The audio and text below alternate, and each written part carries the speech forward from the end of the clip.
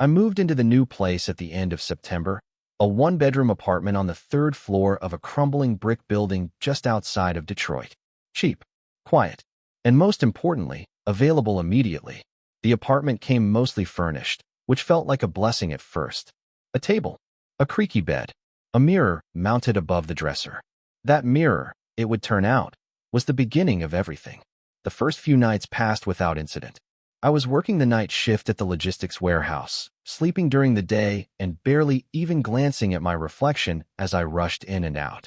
But one morning, as I brushed my teeth after a long shift, I noticed something strange. My reflection blinked half a second after I did. I stared at the glass, foam clinging to my lips, toothbrush still in my mouth. I tried it again, blinked deliberately. It matched me perfectly this time. Maybe I was just tired. But then, I started watching. It became a compulsion. Every time I stood before the mirror, I watched it more closely. Blink, head tilt, scratch an itch. My reflection obeyed, but there were hiccups, tiny inconsistencies. Once, my reflection smiled before I did. Another time, I turned my head, but caught a flicker of movement where the reflection's eyes didn't follow fast enough. They weren't delays like a faulty webcam. They were choices. Like it wasn't mirroring me at all, just imitating me. I told myself I was being paranoid, maybe even a little sleep-deprived. The graveyard shift wasn't good for mental health, and I'd already been dealing with stress before the move. Still, I couldn't shake the feeling. The first real scare happened about a week later. I had just woken up. The room was dim, cloudy. Mid-afternoon light filtered through the blinds, casting stripes across the floor. I sat up groggily, rubbed my eyes, and stretched, and then froze. My reflection was already sitting upright, waiting for me. I hadn't moved yet. I shot up from bed, heart pounding, and approached the mirror slowly. My reflection matched me now, perfectly, calmly. It even cocked its head, as if to say, "What's wrong?" I laughed, nervously. "Okay," I muttered. "You're losing it, Daniel." I didn't sleep well that night. I started testing it. Small things, at first. Holding up fingers behind my back. Turning quickly to catch a discrepancy. But the reflection always seemed one step ahead, until it didn't. That Thursday, I pretended to yawn. I opened my mouth wide, exaggerated the motion, and in the mirror, I watched my reflection bare its teeth. But not like a yawn. It grinned. Lips tight. Too many teeth showing. Eyes flat. No warmth. Just watching. I jumped back so hard I knocked over the chair beside me. When I looked again, it was normal. Mirroring me. Like nothing had happened. By the end of that week, I couldn't look in mirrors anymore. Every time I tried, I saw something new. Something wrong. Sometimes it was a slight twitch. Sometimes its eyes looked past me, scanning something over my shoulder. Once, I swear it mouthed something, but when I repeated it aloud, it didn't sound like any language I knew. I told my supervisor I was taking unpaid leave. He didn't ask why. I covered the mirror with a bedsheet. It didn't help. At night, I would hear creaking sounds from the dresser. Not from the building, just from that spot. Like wood bending. Like glass shifting. And worse, sometimes, I'd catch movement from the corner of my eye. Not behind me. Inside the mirror. One night, I'd had enough. I ripped the sheet off the mirror. "What do you want?" I shouted. My reflection stood still. I was shaking with adrenaline. My own face stared back at me, but it looked calm. Too calm. The edges of the reflection shimmered slightly, as if underwater. And then it smiled. Not my smile. Not anyone's smile. I took a step back. My reflection didn't. It stood there, staring, its head tilting ever so slightly to the left. Like it had finally decided I wasn't the real one. After that night, I stopped sleeping in the bedroom altogether. I moved the mattress into the living room and positioned it facing away from the hallway where the dresser and mirror still stood, shrouded now in 2 layers of bedsheets and a thick flannel blanket. I even duct taped the corners to the wall. But still, I felt it watching. The apartment was silent most nights. No traffic. No neighbors stomping around upstairs. Just the sound of my breath and that feeling that something behind me, sealed behind cloth and glass, was mimicking every move with growing impatience. I started sleeping during the day again. Even then, I woke up drenched in sweat. Always with the same dream. I'm in the mirror. But I'm not me. I'm smiling, and I don't know why. I started doing research. I didn't even know what to search for. Reflection moving independently gave me cheap ghost blogs and creepypasta pages. When Your Mirror Copy Acts on Its Own gave me urban legends. But one post stood out. It was buried deep on a forum called Obscuraglass from someone named E_ritualist_07. They wrote, "If your reflection begins to act independently, stop acknowledging it. Don't engage. Don't test it. Don't challenge it. Cover all reflective surfaces. Leave the space if you can. Once it notices you noticing, the rules change." Underneath the post was one reply. "Too late." It smiled. I read that line over and over again. That night, I went to stay at a motel off the interstate. Cheap place. Smelled like mold, but it had no mirrors. I left the lights on. Around 2:13 a.m., I woke up. Not from a nightmare. Just woke, suddenly alert. The air felt wrong. Heavy. As if the room wasn't empty anymore. I turned toward the desk in the corner, and that's when I saw it. The TV was off. Its screen was black. But in the reflection, something was standing behind me. It wasn't my shape. It was taller, thinner. The silhouette was me, but wrong. Arms too long. Shoulders hunched. Its head slightly tilted, like it had never figured out how to hold it upright. I spun around. Nothing. The room was empty. But when I looked back at the screen, the shape was gone. And I was still staring at it. Still frozen in the reflection. Still smiling. I went back home the next day, against my better judgment. Something in me thought if I could just destroy the mirror, this would stop. I pulled it off the wall. Heavy, old wood backing, the kind that used real nails and thick beveled glass. I took it out behind the building, to the dumpsters. And I smashed it, with a hammer, over and over, until nothing was left but jagged shards and splintered frame. I stood there, panting, triumphant, free. But later that night, I saw it again. It was in the window this time. Not outside. Not a person looking in. The reflection. The thing. It stood in the glass as I walked through the living room. The angle was impossible. It wasn't reflecting anything inside my apartment. But it looked back at me anyway. And now it was closer. Its smile wasn't fixed anymore. It moved, just slightly, as if learning. Its eyes were wrong. They were starting to show emotion. Or something imitating it. I turned every reflective surface I had. Phones, tablets, the oven door, face down or covered. But I kept catching glimpses. In water puddles. In dark screens. In the lenses of my own sunglasses. It was following me. No, not following. Replacing. Then came the phone call. Blocked number. I almost didn't answer. But I did.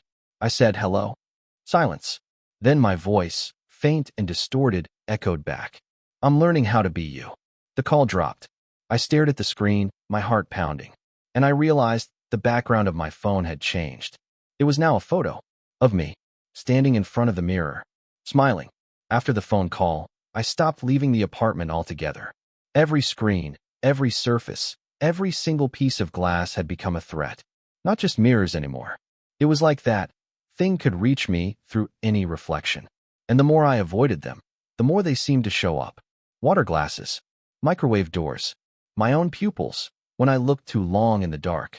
I covered everything. Blankets, towels. I even sprayed the windows with black paint. My apartment looked like a bunker, a padded cell, a tomb. But I still saw it. It waited for me in every dream. And sometimes, even when I was wide awake. I bought an old analog camera at a pawn shop. One with real film. No screen. No display. Just a click and a mechanical shutter. I wanted proof. I thought if I could catch the thing on film, someone might believe me. That night, I waited until 3 a.m. I sat on the floor across from the blanketed dresser, hands shaking as I lifted the corner of the sheet just enough to expose the mirror. And I took the picture. Click. Just one. Then I covered it back up and sat there, staring into the dark, breath caught in my throat. I dropped off the film the next morning. It took 2 days. I couldn't sleep while I waited. Couldn't eat. The air in my apartment felt heavier now. Wrong. Sometimes I'd wake to the sound of something scraping against the mirror, like fingers across glass. When I finally picked up the developed photo, the clerk gave me a weird look. You into horror stuff?" I didn't answer. I took the envelope home and opened it in the kitchen, pulled out the print, and felt my knees give out. The photo showed the mirror. But not me. Not exactly. It showed someone standing there. Same build. Same height. Same clothes. But the face was blurred. Not from motion. From something else. Like it had been smeared by fingers. But here's the part that made my stomach twist. There were hands pressed against the inside of the glass, as if someone was inside the mirror, trying to get out. And behind those hands, a faint smile. Wide, crooked, waiting. I tried burning the photo. The paper curled and blackened. But for a moment, right before the flames consumed it, I swear the image shifted. The figure turned, ever so slightly, and looked right at me. I threw the rest into the sink, doused it with water, and that's when I heard it. A whisper. Faint, like it came from the kitchen pipes. Smile for the camera. I called my sister.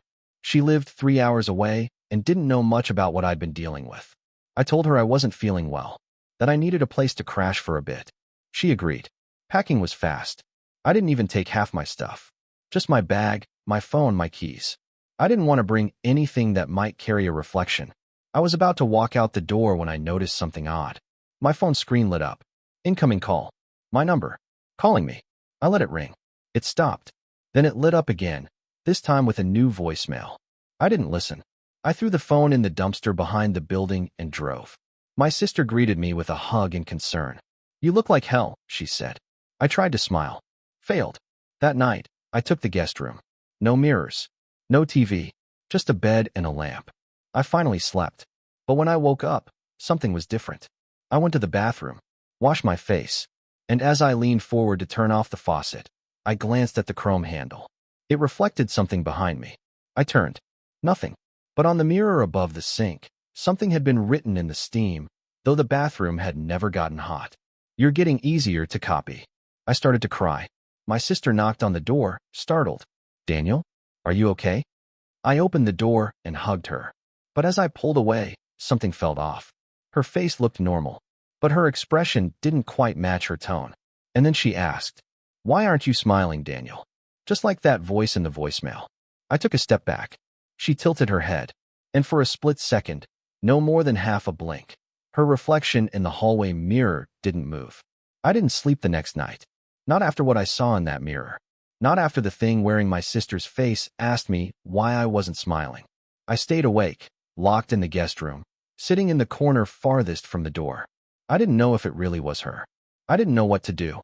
I didn't even have my phone. Just silence, darkness, and the echo of her voice ringing in my ears. Why aren't you smiling, Daniel? At 4 a.m. The doorknob rattled. Once. Slowly. I held my breath. A beat passed. Then silence again. I stayed in that corner until the sun came up. When I stepped out, the house was empty. No lights on. No sound. No sister. I moved through the hall like it was a haunted museum. Everything was still. I passed the kitchen. The chairs were perfectly aligned. A coffee cup sat beside the sink, half full. The steam was long gone. Then I saw her, my sister, standing outside in the backyard, facing the shed, motionless. I opened the sliding door. Emma. She didn't answer. I walked slowly toward her. Emma, are you okay? When I reached her, she turned around and smiled. It was wide, mechanical, like a mannequin learning how to stretch a mouth. Her eyes were glassy, and in the window of the shed behind her, I saw another Emma. This one pale, mouth open in a silent scream, beating weakly on the inside of the glass. I screamed and stumbled backward. The Emma in front of me blinked, tilted her head. Then she said calmly, You shouldn't have left the mirror uncovered, Daniel. I turned and ran. Out the gate. Into my car. I didn't even shut the door before turning the engine. Gravel kicked up behind me as I tore down the driveway. I didn't stop until I was halfway across the county line. I slept in my car that night. No reflections. No screens. I cracked the window for air and stared up at the stars, letting my brain swirl in fear and confusion. Was that thing replacing people? Was I next? And where had the real Emma gone? The worst part? I was starting to lose track of what I looked like. It had been days since I'd seen myself. When I tried to remember the shape of my smile, I couldn't. Only that crooked grin from the mirror. In the morning, I drove to a church. Not out of faith, but out of desperation. A crumbling chapel near a lake. Old. Quiet. Abandoned except for the groundskeeper, an old man named Reuben who spoke with a soft rasp and didn't ask questions. I asked if I could sit in the sanctuary for a while. He nodded and handed me a flashlight. No power. I sat in a pew for hours. When the sun went down, I heard footsteps. Not Reuben's. Too light. Too slow. Almost hesitant. I turned toward the entrance. No one was there. But at the very back of the room, In the broken glass of an old cabinet, I saw a silhouette. My shape. Watching me. Smiling. I confronted Ruben that night. I told him about the mirror. About the reflection. About Emma. He didn't look surprised. He said, "There are places where mirrors don't reflect light. They reflect intention. They echo what we carry inside. And sometimes, something on the other side listens too long and learns too much." I asked him what to do. He paused, then said, "Some doors only open one way, and not everyone who looks in comes back out." That night, I made my decision. I had to go back to the apartment. Not to run, but to end it. I arrived around midnight. The building looked the same, worn down and silent, but the hallway lights flickered like candle flames. When I opened my door, the smell hit me. Dust, damp cloth, a faint chemical scent, like old film, and something else, like breath on the glass. I peeled the blankets off the dresser mirror. Slowly, carefully. For the first time in days, I looked straight at it. My reflection was already waiting. Smiling. "Let's talk," I said. Its mouth didn't move. I moved my hand. It didn't. I blinked. It smiled wider. It raised its own hand, slow, deliberate, and pressed its palm to the glass. Then so did I. The surface of the mirror rippled. Not like water, not like heat, but like something alive shifting underneath. And then, without warning, my hand passed through. Like fog, like vapor. And I felt something grip my wrist from the other side. Its grip was cold. Not like ice, more like absence. Like the memory of something that had once been alive. As its fingers wrapped around my wrist, I felt my skin go numb, my arm tingling as though the nerves were being overwritten. I tried to pull back. I couldn't. The mirror began to ripple harder now, vibrating like a speaker pressed against my skull. My reflection stared at me with eyes that were too wide, too hollow, too ready. Then, with a sudden tug, it pulled me in. Darkness. That's the only word for what was inside. Not black, not void, just wrong. I was floating, or falling, or suspended between surfaces. There were reflections all around me, fragments of rooms, moments, faces I didn't recognize, and some I did. I saw my sister, crying, locked in the shed, beating her fists on the glass. I saw myself, or someone wearing my skin, answering my phone, brushing my teeth, waving to my neighbors, living my life, and smiling, always smiling. I screamed, but no sound came out. I punched the nothing, kicked, spun, no ground, no up, no down. Then I heard it, a voice, but not from outside. It was mine. "This is what you wanted, isn't it?" I shouted, "Who are you?" The voice replied, "You, but better. I don't blink too late. I don't hesitate. I don't fear." A pause. Then, "I've learned how to be you, Daniel. Now it's your turn to watch." A crack opened in front of me. Not a door, not a mirror, just a split in the darkness. Through it, I saw my apartment. But not empty. He was there, the thing in my skin. He walked to the kitchen, whistling. He looked happy. He reached for the fridge, paused, then turned toward me, toward the crack I was watching through, and winked. I slammed my fists against the edge of the breach. "Let me out." His face twisted into that same hideous grin. "Too late. You smiled first." The crack began to close. I screamed again. Not words, just noise, rage, panic. Then, darkness. I woke up gasping. Back in the apartment. On the floor. Alone. The mirror was shattered, glass scattered across the wood like frozen tears. I stood up slowly, every part of me trembling. Was it a dream? A hallucination? A breakdown? I stumbled to the bathroom, turned on the light, and that's when I knew. My reflection was perfect. Too perfect. When I raised my right hand, it raised its left. Not a mirror image. A copy. I stepped closer. So did it. We moved the same, but not mirrored. It had taken my place, and I had taken its. I smashed the mirror, but I saw it again in the chrome handle, and again in the faucet, in the puddle on the floor. I blinked. It didn't. It only smiled. I live now in the cracks, in the gaps between reflections. If you ever see your reflection blink out of sync, if it moves just a beat too late, don't smile. Don't acknowledge it. Don't look twice. Because if it smiles back, you've already lost.